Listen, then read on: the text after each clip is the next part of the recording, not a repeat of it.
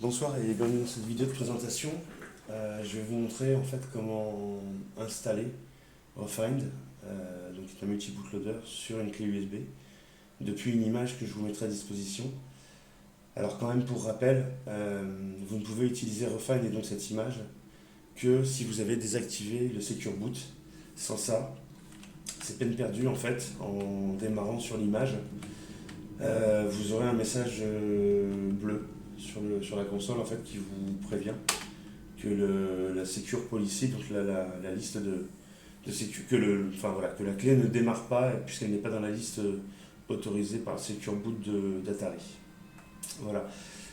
Donc on va regarder, c'est très simple en fait. Je vous mettrai à disposition ce fichier qui est un petit fichier image qu'il faudra tout simplement graver, euh, copier, enfin écrire sur la clé USB avec le FUS. Donc là, il se trouve que j'ai déjà une clé de 16 Go qui est attachée sur la console. Hop. Voilà ma petite image. Hop.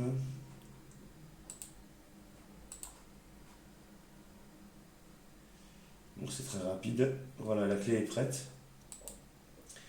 Juste une chose à savoir en fait pour la clé, à chaque fois que vous la branchez sur la console, ou là en l'occurrence pour le premier boot, on va redémarrer et on va passer en fait par le gestionnaire de boot, enfin le gestionnaire de démarrage de l'UEFI. Donc au redémarrage, on va maintenir Escape, Échappe, si j'arrive pas, pour le premier démarrage en fait, pour pointer sur la clé et lancer la clé proprement pour la première fois.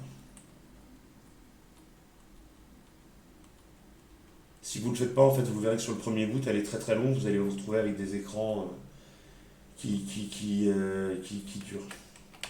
Donc on passe sur le boot manager. Vous voyez qu'elle est bien donc positionnée première de la liste de boot.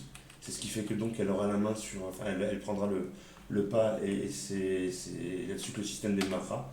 Donc je valide. Voilà. Idéalement, vous verrez que ça aide. Vous vous positionnez ici pour rebooter et vous redémarrez la clé.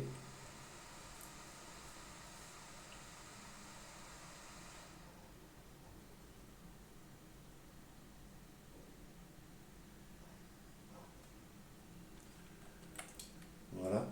Donc sur la clé, la clé détectera et vous affichera automatiquement en fait, les systèmes qu'elle va trouver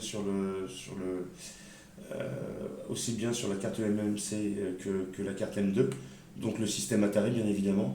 Et moi sur ma carte M2, donc j'ai copié Batocera, Ubuntu et Windows. Voilà. Mais j'espère que ça vous servira. A bientôt, au revoir.